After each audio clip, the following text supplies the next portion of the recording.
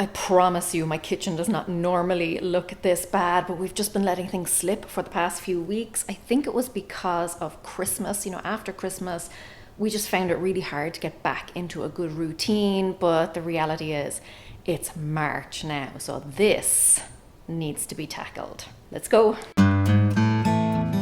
So this is what my kitchen looks like right now. Every surface covered. I know I probably sound like a broken record at this point, but I'm just going to go ahead and blame the puppy anyway.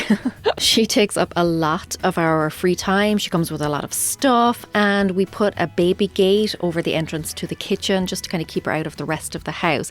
But it means that we don't put things away. We don't put things back where they're supposed to go because it's just too much of a hassle to open the gate and go out. It's also really muddy outside right now, so despite our best efforts, she has been dragging some muck and dust into the house. But look, a lot of it is just us not staying on top of it. So the very first thing that I always do before tackling any sort of chore or project is to ask myself, what could be running in the background while I work? In the kitchen, it's the dishwasher. So if you are cleaning your kitchen, fill and run the dishwasher as your first step. If something needs soaking, do that now too, or just quickly hand wash anything left. And that way most of the dirty dishes are done. You can also empty the bins if they are full. Then I start in one corner and I clear off that surface. I make piles of different things, so things that need to be put away somewhere else, things that need to be dumped, things that need to be recycled, things that need some action taken on them, etc.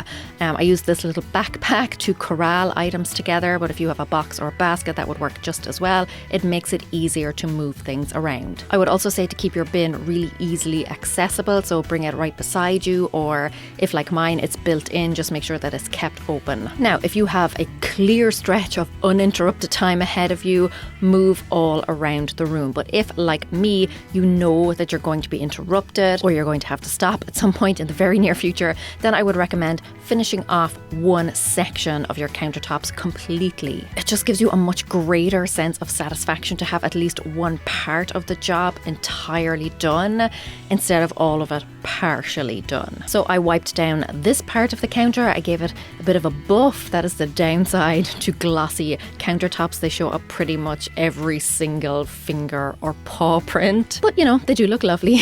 But then you put back the stuff that's actually supposed to be there. I can already feel my shoulders starting to relax. The peace of mind that just having at least one clear surface is giving me. I know, pup, I know. This alone, this little stretch has made such a big difference. I know. We have to actually keep the fruit bowl pushed in a little bit because the pup will just jump up and grab whatever she wants. So we've moved that in a little bit. We also keep this. The first time we moved over to Cincinnati, when we first moved over, we stayed at the 21C Museum Hotel. And they left this in our room. It was our wedding anniversary that weekend. I just thought that was so sweet. I need to get it framed though. And that was our last holiday in Greece before we moved over here to the US. There we all are, having a great time. But yes, moved in. So the puppy, who is getting bigger by the second, can't reach that stuff. This next section tends to accumulate a lot of puppy stuff because we store it all in the cupboard above, but it doesn't always make it back into the cupboard. We tend to just drop it on the counter here. So this is one situation where I had to actually get the step to reach right into the corner. It goes back a little ways, but these windows look out over the pond and they also face the setting sun. So not a bad view if you're stuck, elbow deep in suds. Once I was all done here, I put Penny, my pothos plant, back in her rightful spot so that she can continue taking over the countertops. Getting there. I can already tell I'm going to sleep so much easier tonight. What is that one space for you? The one area that if that space is clean, you're doing okay. You feel like you can breathe. It's definitely the kitchen for me. It has such a significant impact, not only on my mood, but on my productivity. This next section is probably the worst in terms of clutter and mess. It's kind of my husband's corner, I guess. Like his coffee machine is there, his bread maker, etc. It's actually where most of the appliances, the small appliances at least, live. So they all needed to be moved so that I could get at all of the dust and the crumbs underneath them.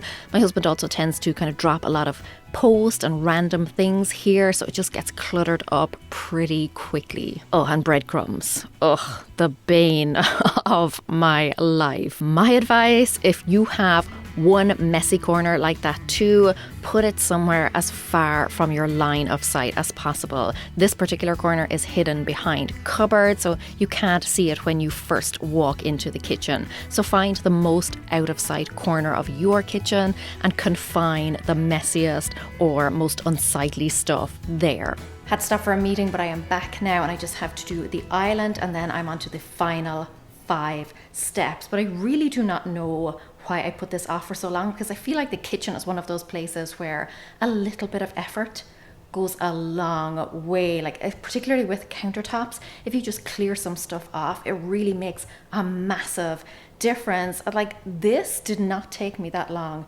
at all. And I say this every time. I'm like, oh, I'll never let it get this bad again. Yeah, talk to me again in like 2 weeks. But anyway, let's get on with this. Some of the stuff here was actually left over from my pantry declutter. If you saw that video, I will link it for you. But I always suck at the last step of decluttering, which is actually getting rid of things. Most of the rest of it then is my daughter's stuff, so school papers, toys, etc. Again, I'm just making piles. So for the stuff that needs to go upstairs, I leave it at the bottom of the stairs. Stuff that needs to go down into the basement, I leave it by the basement door. And then I had a pile to be recycled and one to be binned. Oh, I was pretty horrified by the layer of dust. Again, it's the puppy dragging in dirt from outside. It just seems to settle everywhere. So another good wipe with hot water and a buff with a dry cloth. It really helps with surfaces if you can get down at eye level. That way you're going to see any crumbs. Then it was just a matter of putting things back. Now I am pretty particular with the salt and pepper plate. It has to be lined up perfectly, otherwise my eyes will twitch. But then my island was all sparkly clean again. This next part, I don't even want to show you because it's so bad, but also it's greasy work and I hate getting my hands all greasy, and that is cleaning the top of the hob. But I'm sucking it up. I'm doing it because we are near the finish line now. Yeah, I'm just going to go ahead and blame my husband for this. He does the vast majority of the cooking in our house, so he's making most of this mess. Though technically, if he's the one doing the cooking, I should be the one doing the cleaning up afterwards. But anyway, I normally take off the burners too if I'm going to be giving the hob a really deep clean, but I just didn't bother here. Just hot water and dish soap to melt the grease, being sure to include the backsplash then as well. And then just several wipes with hot water to get the grime off, and as usual a quick buff at the end. Honestly though, glass stovetops are just impossible to keep clean and I hate them. Thankfully the oven itself is self-cleaning, though I didn't bother doing that today. My daughter came home from school in the middle of that, dumped her stuff all over the island, but I put it away immediately. Anyway, so glad this is done. This is dinner.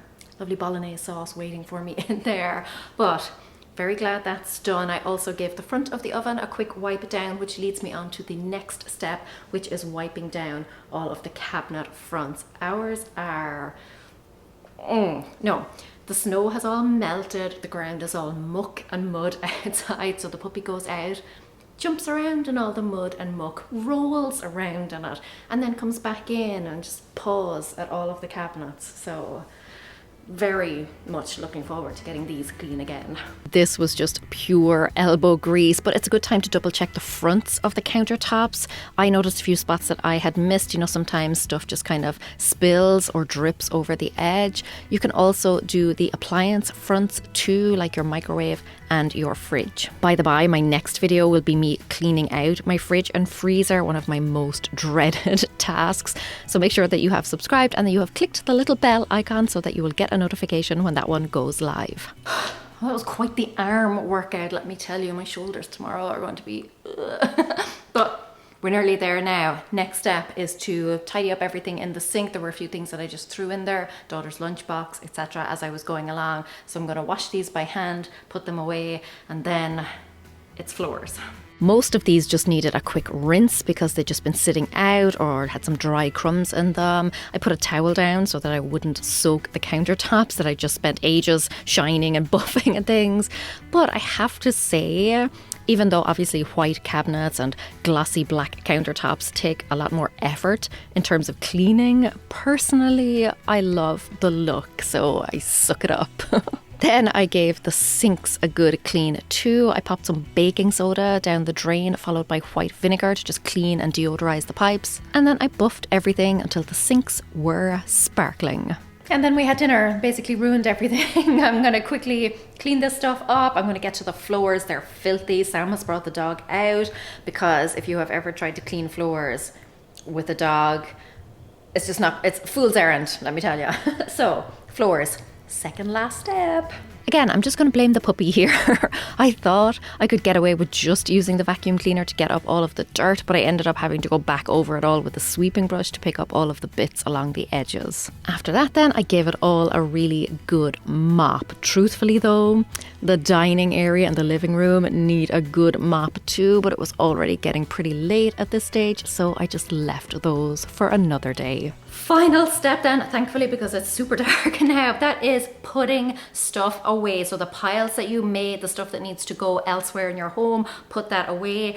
Empty the dishwasher, take out the bins, whatever you need to do to just get the last of the stuff out of your kitchen. And I am done. I'm gonna give you a pan, but this feels so good. I don't know why I wait, because it doesn't actually take that long. I know it's like nighttime now, but I had to stop and start throughout the day while doing meetings and work and stuff, but this feels so much better. Let me show you. Look at this. Clean surfaces as far as the eye can see. I know it's pretty dark now, so I'm going to wait until tomorrow to take the after pictures, but I will insert them here so that you can see them. But I am so pleased with how this turned out. And look, shiny floors. My husband is now outside waiting to get back in, and I'm like, 2 minutes, 2 minutes. But I'm so glad this is done. What is that one area for you that you just need to have clean? Dog is also waiting to get back in. So I'm gonna go, but if you want to see more declutter with me, clean with me videos, then I will link them for you. And until next time, Cura Mila Mahagwev. Agus Becky May Shif Shiglua. Slán. Yes, you can come in. Go back in there.